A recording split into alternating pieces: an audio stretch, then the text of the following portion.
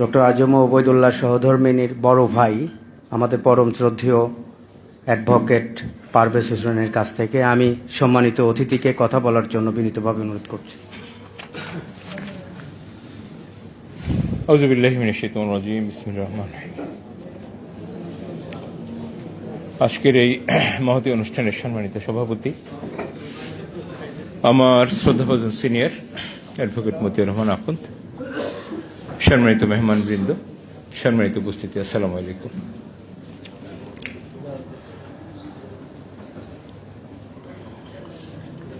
অনেকগুলো বিষয়।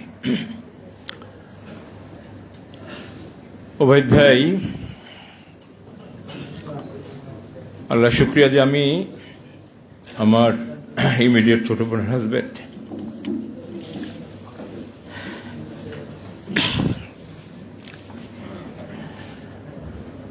অনেক কোয়ালিটি। আসলে কোন দিক থেকে শুরু করব? এত সহজ সরল, এত স্বাভাবিক একটি মানুষ।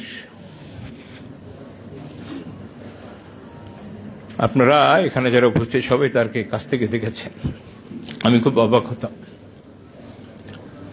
যে মানুষটি 2 দিন আইসিইউতে থেকেই চলে গেলেন। আমি ছোট বোনটার সাথে কথা বললাম। যেদিন তিনি আইসিইউতে ঢুকলেন ঠিক তার আগের দিন বিকালবেলা এমনিতেই রুটিন করে না, এমনিতে ফোন করলাম ছোট বোনটাকে। দেখলাম যে ও খুব গরম। তা বললাম, কি তুই এত? বলে যে ভাইয়া, এই লোকটা এত অসুস্থ, সারা ঘুমোতে পারেনি। সকালবেলা নামাজ পড়তে গেছে, ড্রেস দেখে আমার মনে হলো বোধহয় কোনো প্রোগ্রাম আছে। সারাদিন আর ফেরে নেই। বিকাল গড়িয়ে সন্ধ্যা, সেই লোকটার ফোন ধরছে না। রাত্রে 8টার দিকে ফোন করলাম যে কি অবস্থা। বললো যে এখন পর্যন্ত বাসায় ফেরে নেই। আমি খবর নিলাম সারাদিন সে প্রোগ্রাম করে বেরোচ্ছে। রাস্তায় 10টার সময় খবর হলো যে সে নিজে এত অসুস্থ হয়ে পড়ছে, নিজে হেঁটে হসপিটালে গিয়েছে। হসপিটালের ডাক্তার বলছে যে আপনার যে অবস্থা, কিছুই নাই তখন, তার 2টো কিডনি নষ্ট হয়ে গেছে, তার হার্ট শতভাগ ফেল করেছে, ফুসফুসটা ছিদ্র হয়ে গেছে, কোন অবস্থায় তখন তার নেই। এই মানুষটা এত সহজ সরল ছিলেন। একটি শার্ট আমি অনেক দিন পরতে দেখেছি, একটি প্যান্ট অনেক দিন ধরে পরতেন। বাবারা যেভাবে চলে উনি সেভাবে চলতেন। একটা জুতা কতদিন পরেছেন। সবগুলো জিনিস খুব পরিচ্ছন্ন ছিল, কিন্তু খুব স্বাভাবিক ছিলেন। মৃত্যুর পরে তার কোথাও কোনো সেভিংস পাওয়া যায়নি, 1% জমিও খুঁজে পাওয়া যায়নি। আল্লাহর উপর তাওয়াক্কুল কি পরিমাণ ছিল তার, সীমাহীন।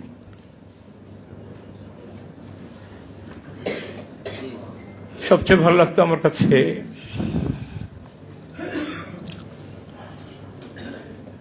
বাবা মা, তার পরিবারের সকল অংশের সাথে এত সুন্দর সম্পর্ক একটা মানুষ রাখতে পারে। আমরা যখন শেষ জানাজা স্থলে ডেড বডিটা নিয়ে যাব,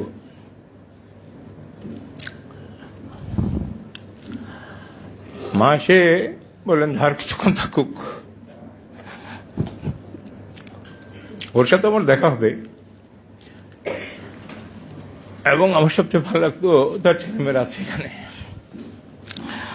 ওবায়দ সবসময় কথা বললে একটা কথা সবসময় বলতেন, একটা বিশেষণ যোগ করে উনি কথা বলতেন, আমার ওবায়দ। খুব আদর করে তার মা এটা ডাকতেন। আমি জানি না আমরা যারা দায়িত্বশীল, আমরা যারা কর্মী, আমরা আমাদের মায়ের সাথে সম্পর্কটা রাখতে পারি কিনা। ওবায়দ ভাই 4 ভাই 4 বোন। ওনার মা ওনাকে কি পরিমাণ শ্রদ্ধা করতেন, ভালোবাসতেন। বাবাও তাই। বাবা অনেক বড় দায়িত্বশীল ছিলেন, আছেন। গোটা দুনিয়াটা তাদের একদিকে,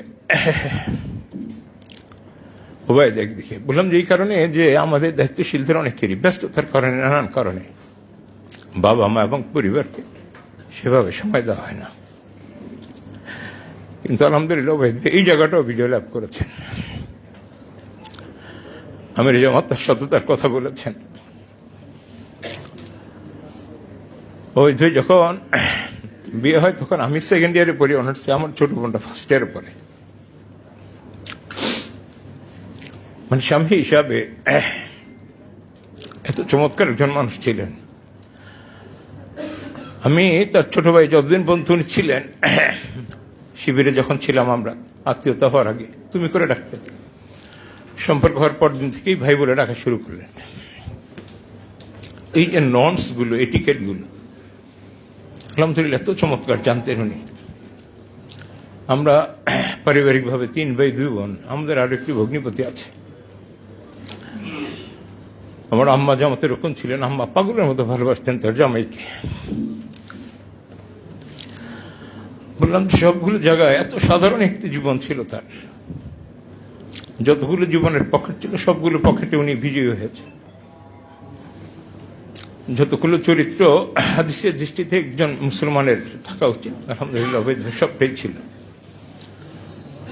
সঙ্গত কারণে আমাদের দায়িত্বশীলদের একটি বড় অংশের, আমাদের নেতাদের, আমাদের কর্মীদের চরিত্রের ভিন্নতা থাকে, বাইরে একটি চরিত্র থাকে, ঘরে অনেক সময় একই চরিত্র আমরা মেনটেন করতে পারি না। কিন্তু আলহামদুলিল্লাহ ওবায়দের ঘরে বাহিরে সমানভাবে চরিত্র মেনটেন করে গেছে সকল ক্ষেত্রে। একজন মানুষ ছিলেন এবং উনি বিশ্বাস করতেন রিজিকের মালিক যদি আল্লাহ হয়, কোন প্রকার সঞ্চয়ের চিন্তা করবেন না, আল্লাহর উপর ভরসা করবেন, আল্লাহ আপনার সবচেয়ে বড় সঞ্চয়কারী। যেভাবে খালি হাতে আসছিলেন খালি হাতেই চলে গেছেন, গোটা জীবনটাই তার সফল। আমরা আশা করছি আমরা আত্মীয় হিসাবে এখানে ছেলেমেয়েরা আছেন, তারা যেভাবে বঞ্চিত হয়েছে নিশ্চয়ই পরকালে আল্লাহ বেহেশতে সেটা পুষিয়ে দেবেন। আত্মীয়র যে হক যেভাবে সময় আমরা পাওয়ার কথা ছিল, ছেলেমেয়েরা পাওয়ার কথা ছিল, স্ত্রী পাওয়ার কথা ছিল, নিশ্চয়ই কালকে আমাদের আল্লাহ সেটা জানাতে সেই সময়গুলো বরাদ্দ করে সবাই একত্রে সেই আনন্দ করার সুযোগ করে দেবেন।